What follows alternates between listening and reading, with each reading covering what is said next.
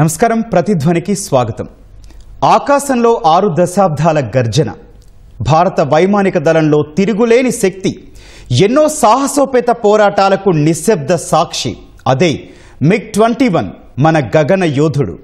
1965 యుద్ధంలో శత్రుదేశం పాకిస్తాన్కు ముచ్చెమటలు పట్టించిన, 1971లో బంగ్లాదేశ్ విమోచన సమరాన కొత్త చరిత్ర రాసిన, కార్గిల్ పర్వతాల్లో శౌర్య పరాక్రమాలు చాటిన MiG-21 వాయుసేనకు వెన్నెముక, మన పైలట్లకు నమ్మకమైన సహచరుడు.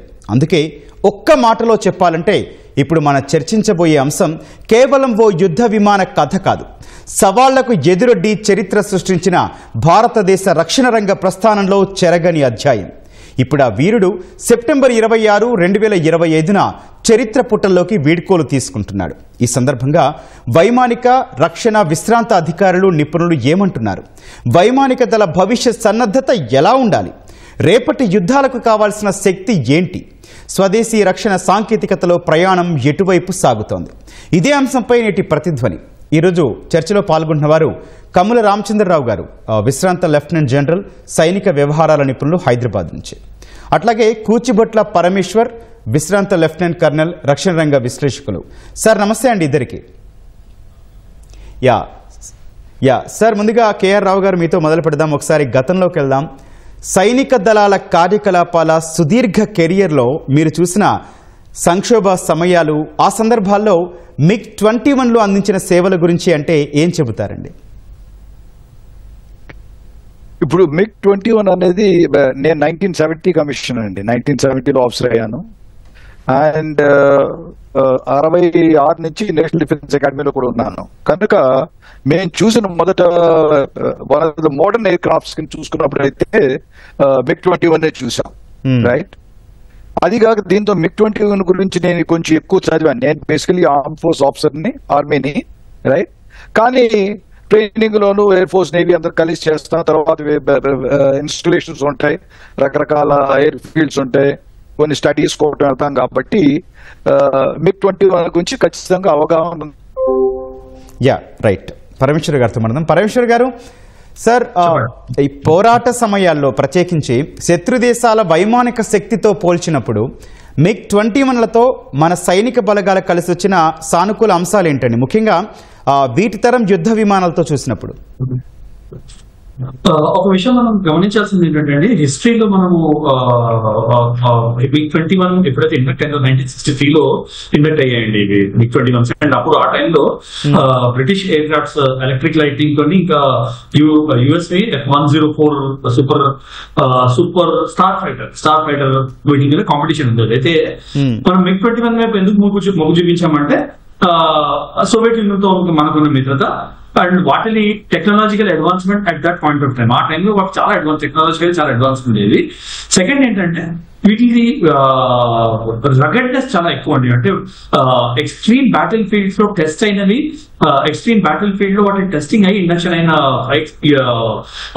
MiG-21 అండి. Russia by nature of it's Tarain, by nature of it's climate, చాలా ఎక్స్ట్రీమ్ క్లైమేట్స్ తోటి, స్పెషల్ ఎక్స్ట్రీమ్ కోల్డ్ క్లైమేట్స్ తోటి వాటితోటి స్ట్రగుల్ చేస్తుంది Russia. Most of the Russian US Soviet union ఏదైతే అంటామో ఆ సోవియట్ యూనియన్ లో అలాంటి టెరెన్ లో, అలాంటి టెరెన్ లో ఫైటర్ ప్లేన్స్ పర్ఫార్మెన్స్ అనేది చాలా వాటికి చాలా అటాచ్డ్ ఇవి ఉంటుంది. ఎందుకంటే రేరిఫైడ్ ఎయిర్ ఉంటుంది, ప్రాబ్లం ఉంటుంది అక్కడ పర్ఫార్మెన్స్ లో. అలాంటి వాటిలో టెస్ట్ అయ్యి చాలా రగడ్ గా తయారైన ఏరోప్లేన్స్ కాబట్టి వాటి జనరేషన్ లో ఇప్పుడు అంటే సరే చాలా డేటెడ్ అయిపోయాయి కాబట్టి కొన్ని ఇష్యూస్, మెయింటెనెన్స్ ఇష్యూస్ వస్తున్నాయి, టెక్నాలజికల్ సపోర్ట్ ఫినిష్ అయిపోవడంతో ఇష్యూస్ వస్తున్నాయి. కానీ ఆ టైంలో చాలా అడ్వాన్స్ ఉండడంతో whether it is supersonic speed, అంటే 1236 km/h స్పీడ్ ఉంది. అవి ప్లస్ ఆల్మోస్ట్ 2000 kilometers రేంజ్ ఉంటుంది వాటికి. MiG-21 ఇండక్ట్ అయినప్పుడు వాటికి ఆపరేషనల్ రేంజ్ ఒకసారి టేక్ ఆఫ్ చేసాక 2000 kilometers. అంటే మీరు లెంగ్త్ అండ్ బ్రెత్ చూడండి. చైనాలో ఎక్కడ దాకైనా, పాకిస్తాన్ లో ఎక్కడ దాకైనా వెళ్ళి తిరిగి వచ్చే కేపబిలిటీ ఆ MiG-21 ఉండేది. సో ఆ స్ట్రాటజిక్ అడ్వాంటేజ్ అనేది MiG-21 కి చాలా ఎక్కువ ఉండేది. అందుకని అటువే మొగ్గు చూపించాము. Apart from that there were lot of other defence considerations which were taken into fact అండి. అంటే ఒకటి ఏంటంటే, మనకి ఒక ఫారెన్ టెక్నాలజీ మనం డిఫెన్స్ లో ఇండక్ట్ చేస్తున్నప్పుడు ఫ్యామిలీ జస్ట్ ఇండక్ట్ చేయడం ఒకటే కాదు, దాని తర్వాత దాని మెయింటెనెన్స్ ఎలా ఉంటుంది, దాని లైఫ్ టైం సపోర్ట్ ఎలా ఉంటుంది అనేది కాంట్రాక్ట్స్ లో మనం రాసుకుంటాము. వారంటీ సపోర్ట్ ఎట్లా ఉంటుంది, దాని తర్వాత లైఫ్ టైం సపోర్ట్ ఎట్లా ఉంటుంది. సో ఇట్లాంటి వాటిలో జనరల్ గా ఏం చేస్తామంటే మనం డీల్ చేసుకుంటున్నప్పుడు మీరు ఎక్కువ పైసలు తీసుకోండి, అంటే మీరు ₹1,00,00,000 తీసుకుంటే మీరు కావాలంటే 2 కోట్లు తీసుకోండి, కానీ మన టెక్నాలజీ కూడా ట్రాన్స్ఫర్ చేసేయండి సో దట్ మీరు లోకల్ గా మెయింటైన్ చేసుకోవచ్చండి. అయితే అప్పుడు ఏమైందంటే డిసైసివ్ డెసిషన్ ఏమైందంటే యూఎస్ఏ ఇంకా బ్రిటన్ టెక్నాలజీ మేము ట్రాన్స్ఫర్ చేయము, మా దగ్గరే పెట్టుకుంటాము, మీకు లైఫ్ టైం సపోర్ట్ ఇస్తాము, మీరు మాకు ఏం చేయలేవండి అన్నారు. రష్యా ఏమంది మనతో ఉన్న ఫ్రెండ్షిప్ తోటి దాంతో ప్లస్ ఇండియన్ రీజియన్ లో వాళ్ళకి ఇన్వెస్ట్మెంట్ ఉండాలని తెలిసి బ్రిటన్ మీద యుఎస్ఏ మీద ఒక చెయ్యి ముందర ఉండాలో పడుగు ముందు ఉండాలని తెలిసి వాళ్ళు ఏమన్నారు, మేము ఇచ్చేస్తాం టెక్నాలజీ మీరు తీసుకోండి, ఏం ప్రాబ్లం లేదు, కావాలంటే మేము ఇనిషియల్ లాట్ మేము ట్రైన్ కూడా చేస్తామని కజాకిస్తాన్ తీసుకెళ్లి మన ఫస్ట్ లాట్ ఆఫ్ పైలట్స్ కూడా ట్రైన్ చేశారండి. సో దాంతో ఏమైందంటే the deal for buying MiG-21 decisive గా మనం MiG-21 సోవియట్ యూనియన్ వైపు వెళ్ళామని. సార్ అసలు MiG-21 అని అంటే భారతదేశానికి సంబంధించి ప్రతి పౌరుడు కూడా రోమాలు నిక్కబడుచుకుంటాయి, ఎందుకంటే వారు చేసిన పోరాటంలో మనకు అందించిన గెలుపులు కావచ్చు ఇవన్నీ చూస్తే. సార్ దానికి సంబంధించి ఏమైనా ఉదాహరణలు షేర్ చేసుకునే అవకాశం ఉందా? మీరే సార్, మీరే చెప్పండి. సో క్లియర్ గా మీరు చెప్పుకోవాలంటే ఒకటి చాలా క్లియర్ గా మీరు గొప్పగా చాలా మనము ప్రౌడ్ గా చెప్పుకోవాల్సిన అచీవ్మెంట్ ఒకటి ఏంటంటే మీరు 1971 వార్ లో ఒక డిసైజివ్ బాంబింగ్ ఏంటండి, December 14th నాడు డిసైజివ్ బాంబింగ్ ఏంటి, అది గువాహటి ఎయిర్ బేస్ నుంచి MiG-21 ఎయిర్ప్లేన్స్ టేక్ ఆఫ్ చేసి మనకి ఒక న్యూస్ వచ్చింది, ఒక ఇన్ఫర్మేషన్ వచ్చింది మన ఇండియన్ ఆర్మ్ ఫోర్సెస్ కి in the heat of the war. ఒకవైపు ఏంటంటే మనము ముక్త వాహిని తోటి కలిసి ఈస్ట్ పాకిస్తాన్ వార్ చేస్తున్నాం సెపరేట్ చేయడానికి.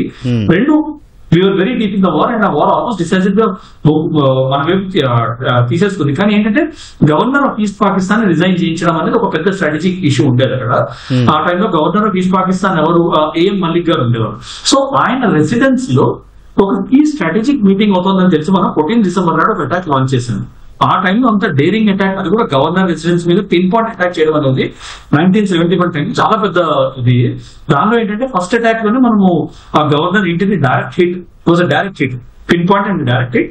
దానిలో ఎందుకు కూలిపోవడంతో ఏమైందంటే మలిక్ భయపడి UN కి వెళ్ళి ఆయన రెసిగ్నేషన్ సబ్మిట్ చేస్తారు. దాని తర్వాత ఎంటైర్ ఈస్ట్ పాకిస్తాన్ గవర్నమెంట్ కూడా వెళ్ళి ఇవి రిజైన్ చేసేసి మొత్తం ఈస్ట్ పాకిస్తాన్ ని లెఫ్టినెంట్ జనరల్ AK నియాజీ ఎవరైతే పాకిస్తాన్ ఈస్ట్ ఆర్మీ కమాండర్ ఉన్నాడో ఆయన చేతిలో వదిలేశారు. ఆయన దాని తర్వాత ఇంకా మొరాల్ కోల్పోయి దాని తర్వాత 2 రోజులు ఆయన కూడా రిజైన్ చేసి పడేశారు. సో ఇది వాళ్ళకి చాలా చాలా పెద్ద లాస్, అంటే మొరల్ హిట్టింగ్ లాస్ అయింది వాళ్ళకి. అదొకటి. దానిలోనే మళ్ళీ తేజ్గాం ఎయిర్ ఫీల్డ్ అని ఢాకాలో ఉండేది, దాన్ని ఐ థింక్ ఇప్పుడు రీనేమ్ చేశారు, అదే ఉందో నాకు నాట్ వెరీ క్లియర్. కానీ దానిలో కూడా ఎయిర్ స్ట్రిప్ ని బాంబ్ చేసి అప్పుడు కూడా MiG-21 వెళ్ళేది మనకి 71 వార్ లో వెళ్ళి ఆ ఎయిర్ స్ట్రిప్ ని మొత్తం నుజ్జు చేసేస్తే దాదాపు పెద్ద పెద్ద క్రేటర్స్ ఫామ్ అయిపోయింది. దాంతో ఏమైపోయిందంటే ఢాకా ఎయిర్ స్ట్రిప్ ఏదైతే మేజర్ స్ట్రాటజిక్ ఎయిర్ బేస్ వాళ్ళకి ఈస్ట్ పాకిస్తాన్ కి ఫైట్ విత్ ఇండియా 1971 వార్ ఏదైతే ఉందో వాళ్ళ ఎయిర్ అండ్ నేవల్ ఆపరేషన్స్ ని కంప్లీట్ గా డెప్లికేట్ చేసేసాయి, మొత్తం గ్రౌండ్ లేకుండా చేసేసాయి. దాంతో ఏమైందంటే they last ground forces eliminate అయిపోయాయని మనకు అర్థమయ్యి లెఫ్టినెంట్ జనరల్ AK నియాజీ 2 రోజుల్లోనే దాని తర్వాత రిజైన్ చేశారు. అదొక మేజర్ ఇవి ఉందండి. అలా కాక మీరు బోర్డులో చెప్పుకోవచ్చు స్కార్డో ఎయిర్ బేస్ మనది ఏదైతే ఉందో, స్కార్డో ఎయిర్ బేస్ ఫోటోగ్రాఫ్స్ చేద్దాం. ఎప్పుడు ఈ సియాచిన్ గ్లేషియర్ ఆపరేషన్ మీకు దాని 1984 లో MiG-21 ఆ ఏరియాలో అంత హైట్ లో అలాంటి మంచుకొండలో వెళ్ళి ఫోటో రికీ మెషిన్ చేసి clear cut pin point intelligence ఇచ్చింది మనకి, అదొకటి చెప్పుకోవచ్చు మనం.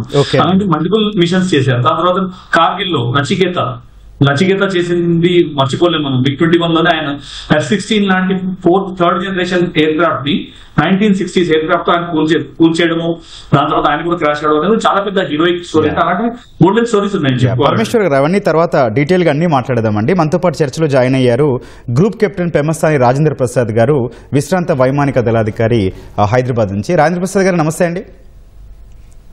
నమస్తే అండి. రాజేంద్ర ప్రసాద్ గారు, ఈ భారత వైమానిక దళానికి దాదాపు 6 దశాబ్దాలకు పైగా సేవలు అందించాయి MiG-21లు. ఇప్పుడు వీటి వీడ్కోలుకు సమయం ఆసన్నమైంది. ఈ సందర్భంపై మీ అభిప్రాయం, విశ్లేషణ అంటే ఏం చెప్తారండి?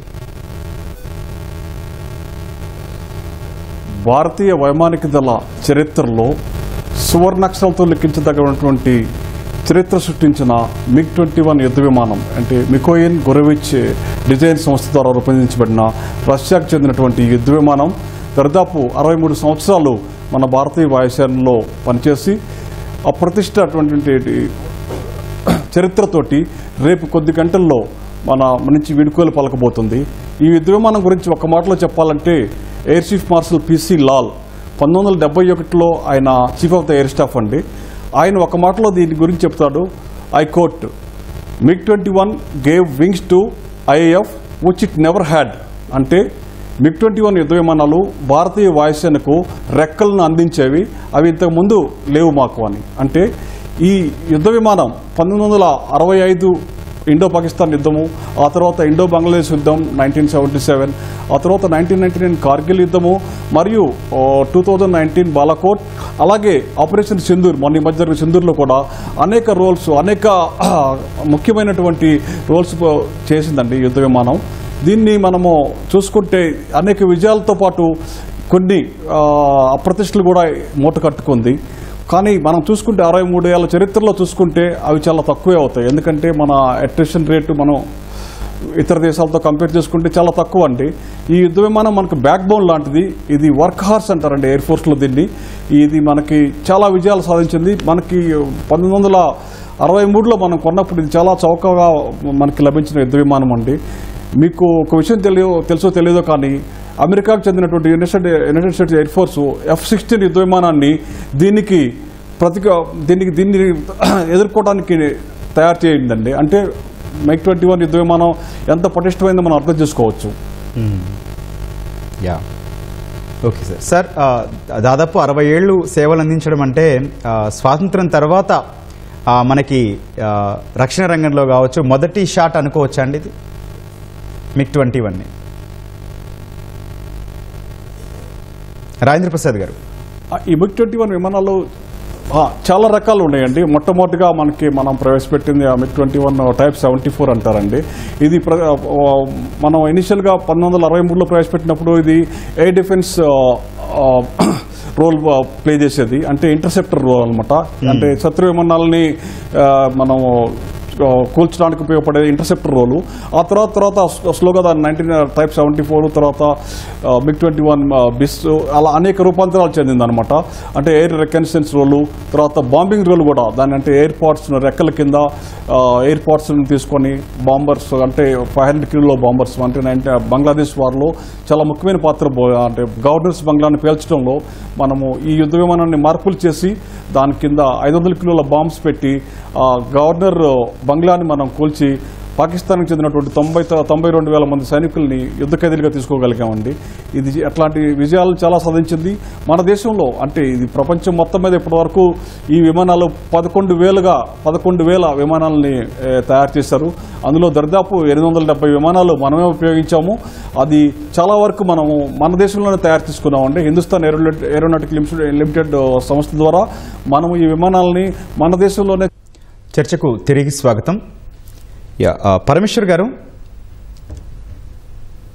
సార్ 6 దశాబ్దాలు, పరమేశ్వర్ గారు వినిపిస్తుందా? సార్ 6 దశాబ్దాలు సేవలు అందించడం అంటే మామూలు విషయం కాదు సార్. ఇంతకాలం ఆ అనుబంధం ఎందుకంత స్పెషల్ అంటే ఏం చెప్తారు సార్? అది కవర్ చేశాను, బట్ కొంచెం ఎలాబరేట్ చేస్తాను. పాయింట్ ఈ పాయింట్ వీటిలో ఏమవుతుందంటే డిఫెన్స్ టెక్నాలజీస్ వాటిలో వెపన్స్ కానీ, వెపన్ సిస్టమ్స్ కానీ, సపోర్ట్ సిస్టమ్స్ కానీ, ఇంజనీరింగ్ సిస్టమ్స్ కానీ ఏం తీసుకున్నా కూడా మీరు మనం చూసేది ఈ ఎక్విప్మెంట్ కానీ, ఈ ఫైటర్ జెట్ కానీ, ఈ వెపన్ కానీ ఏదైనా కూడా మన కండిషన్స్, అంటే మన దేశ సైనికులు ఆపరేట్ చేసే కండిషన్స్ లో ఎలా ప్రదర్శన ఇస్తుంది, ఎలాంటి పర్ఫార్మెన్స్ ఇస్తుంది, ఎలాంటి రిలయబిలిటీ ఇస్తుంది, మెయింటైనబిలిటీ ఎంత ఈజీగా ఉంటుంది, మెయింటైనబిలిటీకి ఎంత టైం పడుతుంది, టెక్నాలజీ సపోర్ట్ ఎలా ఉంటుంది, ఇలాంటి కీ ఫ్యాక్టర్స్ ని మనం కన్సిడర్ చేస్తామండి ఇండక్ట్ చేసేటప్పుడు. వెపన్ సిస్టమ్స్ ఇండక్ట్ చేసేటప్పుడు these are some key factors అనమాట. అంటే హోమ్ టు టోమ్ కాన్సెప్ట్ ఉంటుంది ఒకటి. అంటే మీరు బిడ్డ పుట్టినప్పటి నుంచి చనిపోయేంత దాకా దాని సపోర్ట్ ఎలా ఉంటుంది, సో ఈ సిస్టమ్ సపోర్ట్ ఎలా ఉంటుంది, దాని మీద మన డిపెండెన్స్ ఎంత ఉంటుంది, మన కంట్రోల్ ఎంత ఉంటుంది, బయట డిపెండెన్స్ ఎంత ఉంటుంది. ఇప్పుడు transfer of technology key thing. మనం MiG-21 transfer of technology USR చేసింది కాబట్టి కజాకిస్తాన్ ఎయిర్ బేస్ తీసుకెళ్లి వాటి టెక్నికల్ న్యూఆన్సెస్ ని, వాటి మెయింటెనెన్స్ కిటుకల్ని నేర్పించి 10 మందిలో 12 మందిలో పైలట్స్ ని, ఇప్పుడు ఎగ్జాక్ట్ గా నెంబర్ గుర్తులేదు కానీ కజాకిస్తాన్ ఎయిర్ బేస్ ఉందండి. కజాకిస్తాన్ లో ఎయిర్ బేస్ నేను చెప్తాను, లుగావియా ఎయిర్ బేస్ అనుకుంటాను, లుగోయా ఎయిర్ బేస్ అనుకుంటాను. అక్కడ తీసుకెళ్లి వెళ్ళి ఎక్స్టెన్సివ్ గా ట్రైన్ చేశారు. దాని తర్వాత ఏం చేశారు, ట్రాన్స్ఫర్ ఆఫ్ టెక్నాలజీ ఇవ్వడం కాక వాటిలో ఉన్న కిటుకులు ఏంటంటే వాటిలో వచ్చే కీ ఇష్యూస్ ఏంటి, వాటిని ఎట్లా రిజాల్వ్ చేయండి అండ్ వాటిని ఎట్లా హ్యాండిల్ చేయాలి, ఎట్లా యాంటిసిపేట్ చేయాలి. సో మెయింటెనెన్స్ కిటుకులు ఏవైతే ఉంటాయో, మెయింటెనెన్స్ కిటుకులు చెప్పగానే మీకు టెక్నాలజీ కంట్రోల్ కాగానే ఏమవుతుంది, టర్న్ అరౌండ్ అంటే టర్న్ అరౌండ్ టైమ్స్ అంటే ఒక weapon system out of action అయినప్పటి నుంచి, ఎక్విప్మెంట్ అవుట్ ఆఫ్ యాక్షన్ అయినప్పటి నుంచి దాన్ని మళ్ళీ యాక్షన్ లోకి తీసుకురావడానికి పట్టే టైం ఎంత అనేది మీరు డ్రాస్టిక్ గా తగ్గించగలుగుతారు. ఎందుకంటే టెక్నాలజీ మీద మీకు హోల్డ్ ఉంది కాబట్టి, టెక్నాలజీ మీద మెయింటెనెన్స్ ఆస్పెక్ట్స్ మీద మీకు హోల్డ్ ఉంది కాబట్టి, ఆ మెయింటెనెన్స్ ఆస్పెక్ట్స్ మీద హోల్డ్ మనకి సోవియట్ యూనియన్ తో, సోవియట్ యూనియన్ కరెంట్ వ్యవస్థతో ప్యూర్లీ మనకు ఒక సంబంధము ఆ స్ట్రాటజిక్ బ్యాలెన్సింగ్ ఫ్యాక్టర్ వల్ల మేజర్ బెనిఫిట్ మనకు దాని వల్ల ఏంటంటే Soviet Union always been cooperative అంటున్నాం. Soviet Union always been cooperative country. ఆ టెక్నాలజీలో ఆ విధంగా హెల్ప్ చేయడం బట్టి మనకి ఏమేంటంటే ఇంటర్నల్ గా డెవలప్ చేసుకున్నాం. ఇంటర్నల్ గా డెవలప్ చేసుకుని మనం ఇంటర్నల్ గా సపోర్ట్ చేసుకుని కావాలన్నప్పుడు కీ సపోర్ట్ కావాలన్నప్పుడు మనం రష్యాతో కొలాబరేట్ చేస్తూనే ఉన్నాం. ఈ టెరెన్ ఇలాంటి ఇష్యూస్ వస్తున్నాయి అంటే మీకు వెపన్ సిస్టమ్ లో వచ్చే ఇష్యూస్ కూడా రాజస్థాన్ లో ఒక టైప్ ఆఫ్ ఇష్యూస్ వస్తాయి, మణిపూర్ వైపు ఒక టైప్ ఆఫ్ ఇష్యూస్ వస్తాయి, జమ్మూ కాశ్మీర్ లో వేరే టైప్ ఆఫ్ ఇష్యూస్ వస్తాయి, లే లద్దాఖ్ లో వేరే టైప్ ఇష్యూస్ వస్తాయండి. It is all defined by terrain and weather conditions అన్నమాట. వాటిల్లో ఏం చేయాలనేది ఒక key learnings, pack of learnings, ఒక లిస్ట్ ఆఫ్ లెర్నింగ్స్ ఏమంటారు, హిస్టారిక్ లెర్నింగ్స్ అంటారు. ఆ హిస్టారిక్ లెర్నింగ్స్ మనకి రావడము, వాటిని ఎట్లా హ్యాండిల్ చేయడం అనేది నో రావడం తోటి చాలా పెద్ద అడ్వాంటేజ్ అయింది MiG-21 induction. Okay sir, Rajendra Prasad గారు మీరు చెప్పండి, యుద్ధాలు సంక్షోభ సమయాల్లో మాత్రమే కాదు, శిక్షణ కార్యకలాపాల ద్వారా వైమానిక దళ మానవ వనరుల్ని తీర్చిదిద్దడంలోనూ MiG-21లు ఎలాంటి పాత్ర పోషించాయి సార్? ఈ MiG-20 విమానం నిజంగా లెజెండ్ అని చెప్పుకోవాలండి. 1963 నుంచి ఇప్పటి వరకు ఈ రోజు వరకు కూడా అది ట్రైనింగ్ పరంగా మనకి ట్రైనింగ్ సార్టీస్ అంటే ట్రైనింగ్ కు ఉపయోగించే విమానం వేరే ఉంటుందండి. ఆ విమానాన్ని MiG-21 ట్విన్ సీటర్ విమానము, దాని టైప్ 66, టైప్ 67, టైప్ 68 టైప్స్ గా ఉండేవి. ఆ యుద్ధ విమానాల్లో మన MiG మఫ్తు అంటారండి, MiG operational flying training units ద్వారా శిక్షణ ఇస్తారు. మీరు ఈ విధంగా చూసుకుంటే విమానం ఒక పైలట్ ఒక విమానమే కాదండి, ఈ విమానం మన ఆపరేషన్స్ అన్నిటికీ మీరు చూసుకుంటే దాన్ని మెయింటైన్ చేసే aeronautical engineers, both aeronautical engineers, mechanical and electronics, అలాగే air defence fighter controllers, air traffic controllers, medical officers, logistic officers, వీళ్ళందరూ కంబైన్డ్ సహకారంతో ఒక సార్టీ అనేది నిర్వహించబడుతుందండి. ఒక విమానం గాల్లోకి ఎగరాలంటే వీళ్ళే కాకుండా గ్రౌండ్ స్టాఫ్ ఉంటారండి. గ్రౌండ్ స్టాఫ్ అంటే వాళ్ళు మీరు బర్డ్ హజార్డ్ టీమ్ ఒకటి ఉంటుంది, తర్వాత ఫారెన్ బాడీ డిటెక్షన్ టీము, ఇవన్నీ చాలా మనకు ఒక విమానం గాల్లో ఒక సార్టీ చేయాలంటే దానికి ఎంతో పరిశ్రమ, ఎంతో ఒక ప్రక్రియ ఉంటుందండి. ఈ ప్రక్రియలో అందరూ భాగస్వాములే అండి. ఒక డాక్టర్ కూడా భాగస్వామ్యం అవుతాడు, ఎందుకంటే సేఫ్గా ఒక ఎయిర్క్రాఫ్ట్ ఫ్లై చేయాలంటే ఒక మెటీరియలాజీ బ్రాంచ్ ఆఫీసర్ కూడా దాంట్లో భాగస్వామి అవుతాడు. ఇవన్నీ కలిసికట్టుగా పనిచేస్తేనే ఒక యాక్సిడెంట్ ఫ్రీ సార్టీ అనేది నిర్వర్తించబడుతుందండి. మనం ముఖ్యంగా ఒక విమానము పైలట్ అనుకుంటాము, కానీ ఒక 60 మంది వేర్వేరు ప్రొఫెషనల్స్ దీంట్లో ఇన్వాల్వ్ అయి ఉంటారు. అలాగే మనకి ఇనిషియల్ గా మనకి ట్రైనింగ్ జెట్స్ లేవండి. దానివల్ల మనము ఇప్పుడు అడ్వాన్స్డ్ ట్రైనింగ్ జెట్స్ ఈ మధ్య మనకి జాయిన్ అయినాయి. అంతకుముందు మనం ఈ MiG-21 టైప్ 66, టైప్ 68 ద్వారానే మనం ట్రైనింగ్ ఇచ్చేవాళ్ళం అండి మఫ్తు ట్రైనింగ్ సెంటర్స్ లో.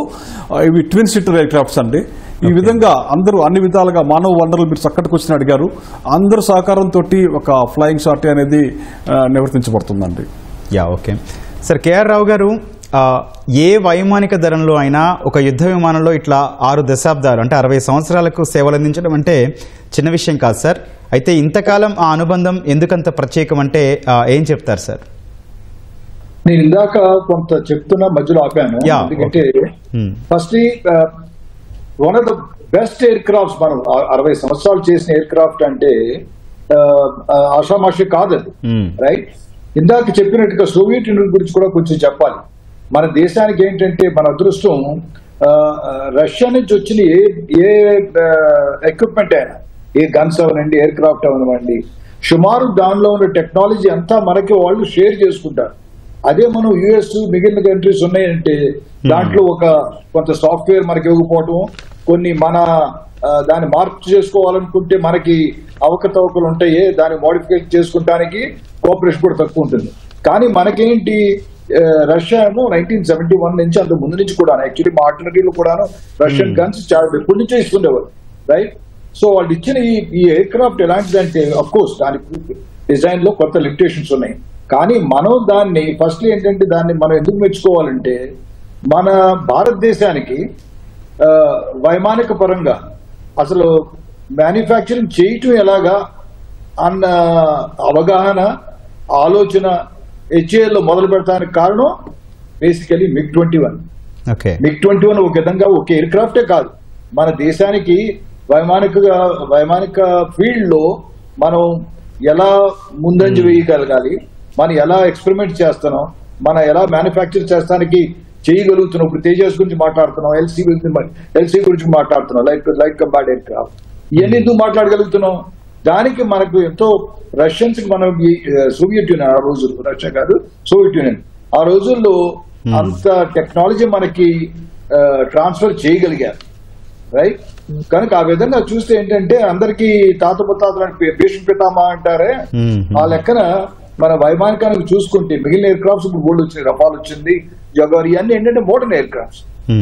కానీ అప్పుడున్న టెక్నాలజీతో దానికి ఉన్న లిమిటేషన్స్ తో 60 సంవత్సరాలు ఆ విమానం మనం ఉపయోగపడగలిగంటే ఫస్ట్లీ ఏంటంటే ఎంత స్టడీ ఎక్విప్మెంట్, అది ఎంత స్టడీ ఎయిర్ క్రాఫ్ట్. దానికి తోడు మన పైలట్స్ కూడా చాలా విధంగా మెచ్చుకోవాలి. ఎందుకంటే దాంట్లో లిమిటేషన్స్ ఉన్నా సరే మన వాళ్ళు దాంట్లో మాక్సిమం లాగలిగారు, రైట్? ఇందాక మన పరమేశ్వర్ గారు, రాజేంద్ర ప్రసాద్ గారు కూడా కొంత కవర్ చేశారు. ఏమని, అది బేసికలీ ఇంటర్సెప్టర్ గా స్టార్ట్ మన దగ్గరికి వచ్చింది. కానీ దాన్ని మనం మల్టీ రోల్ కూడా వాడటం మొదలు పెట్టాం, రైట్? కనుక దేశానికి యాక్చువల్ గా ముందంజ వేయటానికి, వైమానిక దళానికి ముందంజ వేయటానికి foundation stone is MiG-21. Okay sir, చర్చ కంటిన్యూ చేద్దాం. ఇప్పుడు ప్రకటనలు. చర్చకు తిరిగి స్వాగతం. రాజేంద్ర ప్రసాద్ గారు, MiG-21లో ఉపసంహరణ కార్యక్రమానికి వైమానిక దళం పెద్ద ఎత్తున ఏర్పాట్లు చేస్తోంది. నిజానికి ఒక యుద్ధ విమానం వీడ్కోలు కార్యక్రమం ఎలా ఉంటుంది, ఎందుకంత ప్రత్యేక ఏర్పాట్లండి? ఈ MiG-21 విమానానికి చాలా ప్రత్యేకతలు ఉండేయండి. ఇవి మనకి బ్యాక్ బోన్ లాంటి యుద్ధ విమానం భారతీయ వాయుసేనకి 63 సంవత్సరాలు మన అమలు పదలో ఉండి మనకి అనేక విజయాలు సాధించి పెట్టింది. మన దేశానికి మనకి స్వతంత్రం వచ్చిన తర్వాత అతి కారు చౌకగా మనకి విమానాలు మనకి లభించినాయి. అలాగే మనము సొంతగా తయారు చేసుకొని ఇవాళ రోజు మనం ఆ విమానాన్ని MiG-21 బైసన్ని 45 కోట్ల రూపాయలకు మాత్రం నిర్మించుకోగలిగే స్థితికి మనం వచ్చాం. అంటే ఇప్పుడు ప్రస్తుత పరిస్థితుల్లో ఏ యుద్ధ విమానమైనా తీసుకుంటే 800 కోట్ల నుంచి 1000 కోట్ల వరకు పలుకుతుంది. అలాంటిది 45 కోట్ల రూపాయలతోటే మనం ఈ విమానాన్ని నిర్మించుకొని మన దేశంలోని హెచ్ఏఎల్ ద్వారా అనేక యుద్ధాల్లో మనం విజయం సాధించి శత్రువులకి మన శత్రు దేశాలు అన్నింటికి కూడా మనకి దుర్బలమైన శక్తిగా నిలవటానికి కారణం MiG-21 అండి. ఇప్పటి వరకు ఆల్మోస్ట్ 875 విమానాలు మన అమలు పదలో ఉండి మనం కొన్ని కోల్పోయినా కానీ మనకి అది చేసినటువంటి సేవలకి గుర్తింపుగా రేపు జరగబోయే కార్యక్రమానికి air chief martial AP Singh గారు దాన్ని చివరి సార్టీ, అంటే ఇంకొక 6 విమానాలతో కలిపి చివరి సార్టీ తీసుకొని దానికి వాటర్ క్యానన్స్ ద్వారా, అంటే వాటర్ జల తోరణంతో వీడ్కోలు పలకబోతున్నారు. దీంతోపాటు ఒక యుద్ధ విమానమే కాదండి, ఆ విమానాలతో పాటు పనిచేసినటువంటి pilots, technical officers, medical officers, meteorology officers, air defence fighter controllers, air traffic controllers, logistic officers అందరూ దీంట్లో పాల్గొనబోతున్నారండి. మనకి చేసిన సేవకి దానికి మనం చెప్పే వీడ్కోలు అండి ఈ వీడ్కోలు ఘనంగా చండీగఢ్లోని మన ఎయిర్ బేస్లో రేపు కొద్ది గంటల్లో మనం చూడబోతున్నాము. ఇది మొట్టమొదటిసారిగా ఈ విధంగా ఒక యుద్ధ విమానానికి వీడ్కోలు పలకటం అనేది చరిత్రలో మొట్టమొదటిసారండి. ఇది సువర్ణాక్షరాలతో లెక్కించబడుతుంది. Okay sir. కేఆర్ రావు గారు, తొలి సిడిఎస్ రావత్ గారి నుంచి ప్రస్తుత సిడిఎస్ చౌహాన్ వరకు అందరూ చెబుతున్న మాట 2 ఫ్రంట్ వరకు మనం ఎల్లప్పుడూ సన్నద్ధంగా ఉండాలని. ఆ ప్రిపేర్నెస్లో యుద్ధ విమానాల పాత్ర ఏంటండి? చాలా ఇంట్రెస్టింగ్ ప్రశ్న అడిగారు మీరు. ఎందుకంటే దీనికి కూడా కొంత హిస్టరీ ఉంది. మనం 1965లో ఎయిర్ ఫోర్స్ పార్టిసిపేషన్ గురించి విన్నాం. కానీ 71 వార్లో బంగ్లాదేశ్ కాకుండా వెస్టర్న్ సైడ్ లో అంత ఎక్కువ ఎయిర్ క్రాఫ్ట్స్ వాడలేదు, విమానాలని మనం వాడలేదు. దాని గురించి తిరిగి arm forces 3 army, navy, air force అందరూ చీఫ్స్ అందరూ కూర్చున్నప్పుడు పూర్తిగా మనం విమానాల యొక్క సమర్థత, దానికి ఉన్న కేపబిలిటీస్ పూర్తిగా యూటిలైజ్ చేసుకోలేదన్న విషయం ఖచ్చితంగా అవగాహన అయింది. దాంతో పాటు ఏం చేశారు, ఎందుకంటే ఇప్పుడు యాక్చువల్ గా ఇప్పుడు లేటెస్ట్ మనం వింటుంది ఏంటి, థియేటరైజేషన్ అని వింటున్నాం. ఇప్పుడు సినర్జీ అంటాం. ఇప్పుడు 3 ఉన్నాయి, కాల్బలం ఉంది, నౌకాదళం ఉంది, వైమానిక దళం ఉంది. ఈ 3 కలిసికట్టుగా పనిచేస్తే కానీ దానికి మనకి సినర్జీ అనేది వార్లో సినర్జీ రాదు. ఎందుకంటే ప్రతి ఇప్పుడు ఆర్మీలో ఆర్టిలరీ ఉంది, ఆర్టిలరీ గన్స్ కొంత లిమిటేషన్స్ రేంజ్ ఉంటుంది. అదే ఎయిర్ క్రాఫ్ట్ అయితే కొన్ని చోట్ల వెళ్ళగలదు. ఎయిర్ క్రాఫ్ట్ లో కూడాను మీకు పిన్ పాయింటెడ్, ప్రిసిషన్ ఇలాగ రకరకాల. కనుక ఎప్పుడైతే మనం యుద్ధంలో 3 త్రివిధ దళాలని కరెక్ట్ గా ఉపయోగించగలుగుతామో అప్పుడే మనం మాక్సిమం బెనిఫిట్ పొందగలం. రైట్. ఇప్పుడు ఈ 2 ఫ్రంట్ వార్, ఇందులో సందేహం ఏమీ లేదు. పాకిస్తాన్ చిన్నదైనా సరే ఖచ్చితంగా మనం చైనా సంగతి ఎప్పుడైతే లాంగ్ టైం మనం చూసుకున్నప్పుడు ఎప్పటికైనా సరే ఎప్పుడప్పుడు మాటలు మారుతుండొచ్చు, కొన్ని సత్సంబంధాలు జరగవచ్చు, ఎకానమీ కూడా అవసరాన్ని బట్టి ఎకానమీ మనం ఆ రిలేషన్స్ పెంచుకోవచ్చు. కానీ యుద్ధ నిపుణుల గురించి మీరు డిస్కస్ చేస్తే ఎప్పటికైనా సరే లాంగ్ విజన్ లో చూసుకుంటే అమెరికా మనకి ఎప్పుడు ఖచ్చితంగా అది ఎప్పుడు దెబ్బ కొడుతుందా అన్న క్వశ్చన్ మార్క్ ఉండిపోతుంది. ఆ క్వశ్చన్ మార్క్ ఉన్నప్పుడు దానికి తగ్గట్టుగా మనం తయారవ్వాలి. ఆ తయారవటానికి అఫ్ కోర్స్ మనం లదాఖ్ సైడ్ ఇటు సైడ్ చూసుకున్నాడు, చైనీస్ అరుణాచల్ ప్రదేశ్ ఈ బోర్డర్ చూసుకుంటే బేసికలీ మనం అనుకుంటాం ఆల్ రైట్ కాల్బలందే ఎక్కువ ఉన్న పని అనుకుంటాం. కానీ అక్కడ పొరపడుతున్నాం. ఎందుకంటే కాల్బలానికి ఒక రోల్ ఉంటుంది, ఎయిర్ క్రాఫ్ట్ రోల్ ఉంటుంది. కొన్ని చోట్ల కాల్బలం చేరక ముందే ఎయిర్ క్రాఫ్ట్స్ ముందే వెళ్ళి ఎయిర్ ఫీల్డ్స్ ని ధ్వంసం చేస్తారు. రైట్.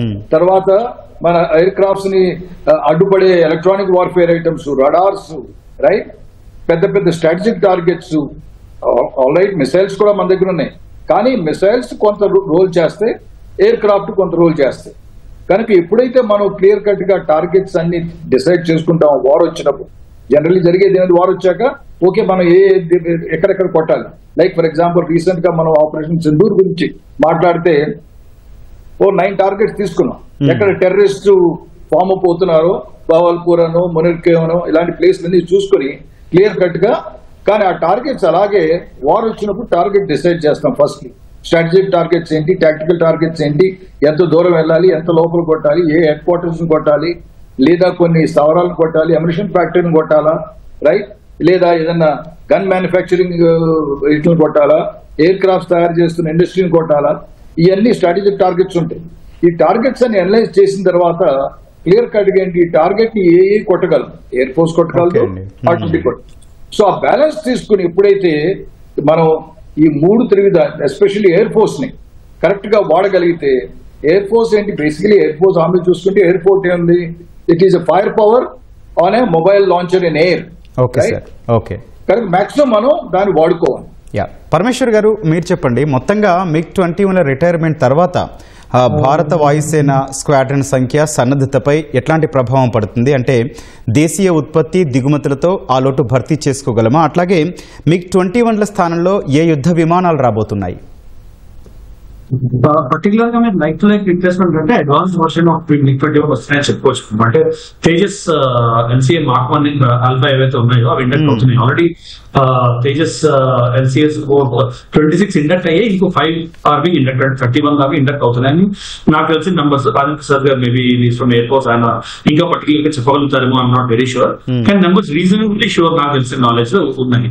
అవి కాక ఒక $7 billion డీల్ HCL కి మనము మేక్ ఇన్ ఇండియా ప్రోగ్రామ్ కింద, సో ఆత్మనిర్భర్ ప్రోగ్రామ్ కింద మన current government $7 billion deal HCL కి ఇచ్చింది. దానిలో ఏంటంటే ఇంకొక 97 నుంచి 105 ఎయిర్ క్రాఫ్ట్స్ దాకా ప్రొడ్యూస్ చేసే డీల్ నెక్స్ట్ 5 years ప్రొడ్యూస్ చేసి completely indigenously made air crafts, completely indigenously made air crafts to be inducted in the next 5 years. అంటే making and inducting, testing and inducting అనేది 5 years లో జరిగేదని చాలా కష్టతరమైన పని. But ఆ టార్గెట్ ఇచ్చి HCL తోటి యాజ్ ఆఫ్ నౌ ఆ ప్రోగ్రామ్ కూడా పెద్ద రిస్క్స్ లేవని ఐడెంటిఫై చేయడం జరిగింది. అయితే like to like replacement of MiG-21 కి LCA Tejas 1 Alpha కాదా అంటే అబ్సల్యూట్లీ. అంటే లైక్ మీకు some modern day war capabilities like air to air strike capability, air to surface strike capability, BrahMos తో ఇంటిగ్రేట్ అయ్యే కేపబిలిటీ, twin barrel gun 23 mm twin barrel gun దాని capability, enhanced range అంటే 500 kilometers to 600 kilometers radius, 3000 kilometers operational range ఉన్న aircrafts, 55,000 feet plus range లో height లో operate చేయగలిగేవి, 2 Mach plus speed achieve చేయగలిగే aircraft, plus additional payload అంటే almost 4 టన్నుల 4 నుంచి 5 టన్నుల పేలోడ్ ఉన్న కేపబిలిటీ ఉన్న ఎయిర్ క్రాఫ్ట్స్ ఇవి. ఈ తేజస్ మార్క్ 1 ఎయిర్ క్రాఫ్ట్స్ అండి.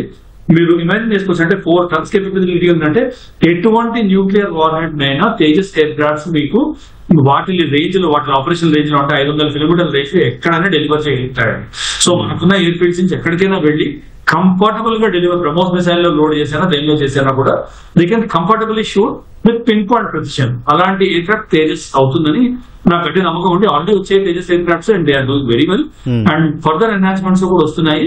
So like to like replacement కాదా అంటే నాకు అట్లనే నమ్మకం ఏంటంటే it's strategically very very good move. వేరే దేశం మీద డిపెండ్ కాకుండా మన దేశం టెక్నాలజీ మీద, మన దేశం సైంటిస్ట్ మీద, మన దేశం మ్యాన్ పవర్ మీద డిపెండ్ అయ్యి ఇంటర్నల్లీ మనం కంప్లీట్ గా ఆత్మనిర్భర్ ప్రోగ్రామ్ లో తయారు చేసుకునే aircrafts are going to be a new lead in modern day warfare preparation for India. Sir అట్లాగే MiG-21 రిటైర్మెంట్ తర్వాత పరమేశ్వర్ గారు భారత వాయుసేన స్క్వాడ్రన్ సంఖ్య సన్నద్ధతపై ఏమైనా ప్రభావం ఉంటుందా అండి? ఏం లేదండి, మనకి అంటే MiG-21 రిటైర్ అయ్యాయంటే మెల్లమెల్లగా తేజస్ ఇంటాక్ట్ అవుతున్నాయి. అలాగే ప్యారలీ మీకు modern day aircrafts like Sus and Rafales కూడా వచ్చాయి. సో మన సన్నద్ధతలో ఏమైనా డిఫరెన్స్ వస్తుందా అంటే అలాంటి డిసిషన్స్ ఎప్పుడు డిఫెన్స్ ఫోర్సెస్ తీసుకోవాలి. ఎటువంటి సో ఏవైతే ఇండక్షన్ ఉంటుందో వాటితో ప్యారలీ 2 అడుగులు ముందరే ఇండక్షన్ నడుస్తుంటుంది ఎప్పుడైనా కూడా.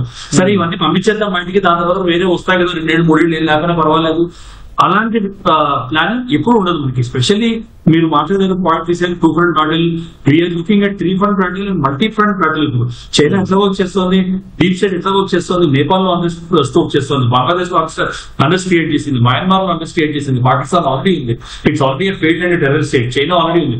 సో మల్టీ ఫ్రంట్స్ లో వాళ్ళు మనకి ఎనిమిస్ డెవలప్ చేస్తున్నప్పుడు strategy wise, technology induction wise, weaponry wise, equipment wise, army defence forces preparedness wise మనం చూసామంటే మనం ఎప్పుడు 2 అడుగులు ముందర ఉండేటట్టు చూస్తాం కానీ 2 అడుగులు వెనకబడడానికి ఎప్పుడు, వెనకబడే స్ట్రాటజీ ఎప్పుడు మనం చేయము.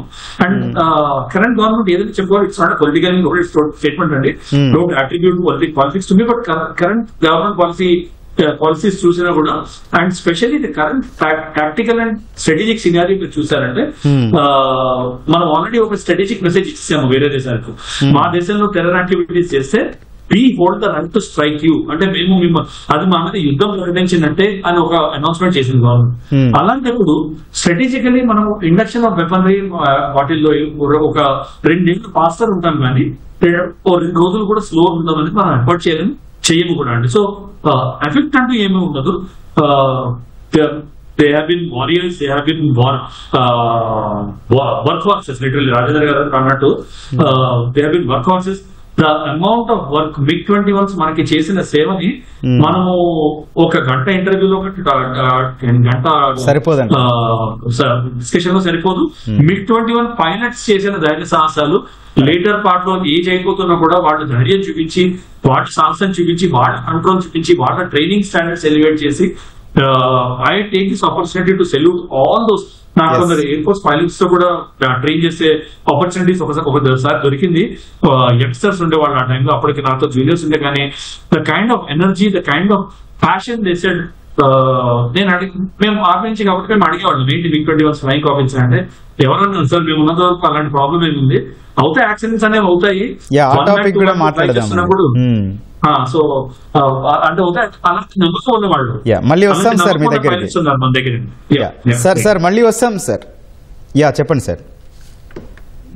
ఇప్పుడు భారతదేశానికి అసెస్మెంట్ చూసుకుంటే సుమారు 42 స్క్వాడ్రన్స్ కావాలని ప్లాన్ ఉంది. మన రిక్వైర్మెంట్స్ MiG-21 వెళ్ళటంలో ఏంటంటే కొంతవరకు ఇమీడియట్ గా కొంత తగ్గుతాయి. That is will come to around 29 or 31 squadrons వరకు ఉంటాం. ఎప్పుడైతే తేజాస్ పికప్ అవుతాయో, తేజాస్ మన దురదృష్టం అంటే కొన్నాళ్ళు ఈ ఇంజిన్ రాక మనకి కొంత స్లో అయ్యాం. ఎప్పుడైతే ఇప్పుడు 93 ఎయిర్ క్రాఫ్ట్స్ ఆర్డర్ చేశారు గవర్నమెంట్, ఆల్రెడీ 5,600 crores ఎంతో అప్రూవ్ చేశారు, రైట్? తేజాస్ వస్తాయో అప్పుడు మనం ఒక లెవెల్కి రాగలం. మళ్ళీ మాట్లాడదాం సార్ ఆ టాపిక్. రైట్, చర్చ కంటిన్యూ చేసే ముందు ఇప్పుడు ప్రకటనలు. చర్చకు తిరిగి స్వాగతం. రాజేంద్ర ప్రసాద్ గారు, అయితే MiG-21లపై ఎగిరే శవపేటికలు అన్న విమర్శలు కూడా వచ్చాయండి. అయితే ఎందుకు వచ్చాయి? ఎంతో కాలంగా ఈ ప్రతిపాదనలు ఉన్నా ఇప్పుడే వీటిని ఉపసంహరించడానికి ప్రత్యేక కారణాలు ఏమైనా ఉన్నాయా? అంటే దాంతో నేను పూర్తిగా ఏకీభవించానండి. ఎగిరే శవపేటికలు అంటే ఫ్లయింగ్ కాఫిన్స్ అంటారు. కానీ ఈ MiG-21 పోరాట పటిమ, దాని వేగం, దాని యొక్క పనితీరు చూసుకుంటే వాళ్ళు చెప్పేటువంటి లెక్కల ప్రకారం మనకి ఈ 63 సంవత్సరాల్లో మనం సుమారు 390 MiG-21 విమానాలను కోల్పోయాం. దాంతోపాటే ఒక 200 మంది పైలట్స్ని, ఒక 60 మంది పౌరుల్ని కోల్పోయామండి.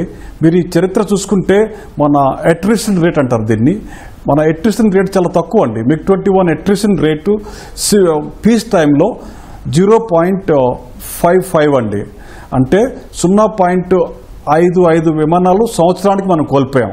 ఇంకో విధంగా చెప్పాలంటే MiG-21 ప్రతి 1 లక్ష ఫ్లయింగ్ అవర్స్కి మనం కోల్పోయిన విమానాలు, మనకు జరిగిన యాక్సిడెంట్స్ 26 మాత్రమే, 26.3.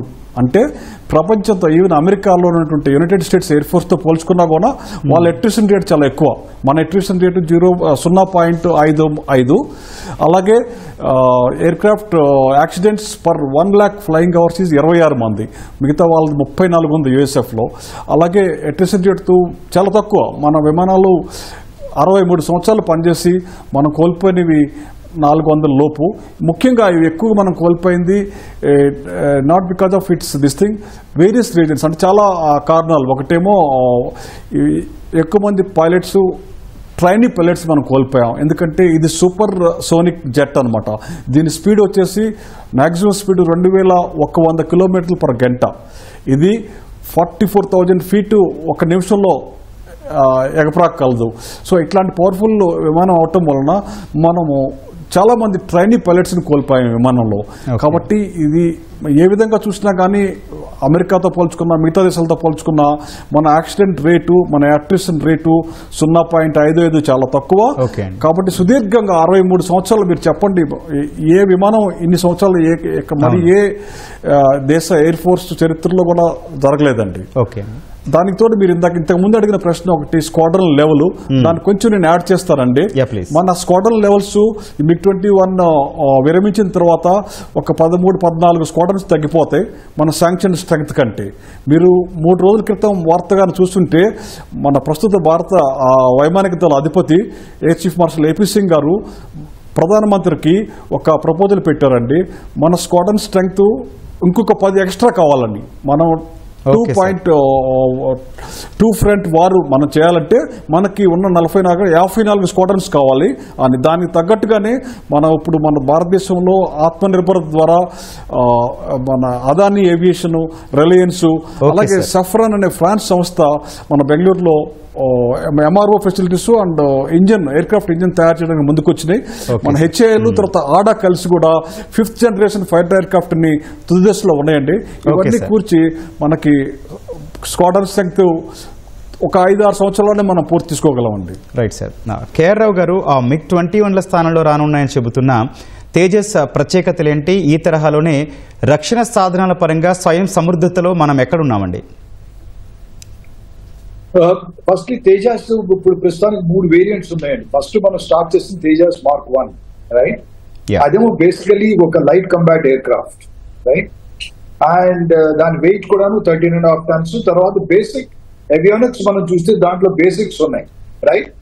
దాని తర్వాత మనం హెచ్ఏఎల్ ఇంకా ఇంప్రూవ్మెంట్ చేసేది మార్క్ 1A అని ఇంప్రూవ్ చేశారు. దాంట్లో సుమారు 40 రకాలుగా ఇంప్రూవ్మెంట్ తీసుకొచ్చారు. ఇప్పుడు లేటెస్ట్ జరుగుతుంది ఏంటి? తేజాస్ మార్క్ 2 లైట్ కాదు, ఇదే మీడియం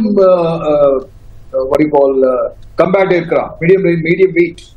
ఎందుకంటే లైట్ ఎయిర్ క్రాఫ్ట్ చూసుకున్నప్పుడు 13.5 tons ఉండేది, ఇదేమో దీని వెయిట్ 17.5 tons వరకు వస్తుంది. అదే కాకుండా హార్డ్ పాయింట్స్ ఇంప్రూవ్మెంట్ ఉన్నాయి. తర్వాత ఏవియానిక్స్ కూడా కంప్లీట్ జనరేషన్ మార్చారు, వెరీ అడ్వాన్స్డ్ ఏవియానిక్స్ అందులో పెట్టారు. మీరు రీసెంట్ గా మనం న్యూస్ లో కూడా మనం చూసాం, air chief martial AP Singh అయితే మాకు ఇచ్చిన టైం లైన్స్ ప్రకారం 25 లో ఇస్తాననే టైంకి ఎయిర్ క్రాఫ్ట్ రాలేదని ఆల్రెడీ హెచ్ఏఎల్ కి చెప్పడం జరిగింది మన రీసెంట్ గా, రైట్? అది నేను అనుకోవడం కారణాలు, వాళ్ళ స్లో కారణాలకు ఒక కారణం ఏంటంటే ఇంజిన్స్ అవైలబిలిటీ కూడా అమెరికా నుంచి కొన్ని ఇంజిన్స్ కావాల్సి ఉన్నాయి. కనుక ఓవరాల్ మనం చూసుకుంటే I think right now we're on the right track, right? Tejas mark 2 ఖచ్చితంగా మనం టైం లైన్స్ ఇందాక రాజేంద్ర ప్రసాద్ గారు కొంచెం డిఫరెన్స్ ఉండొచ్చు. నేను ఎందుకంటే ప్రస్తుతం ఉన్న స్థితిలో చూసుకుంటే అసెస్మెంట్ 2035 కి సుమారు 36 స్క్వాడ్రన్స్ ఎన్నో వస్తాయని.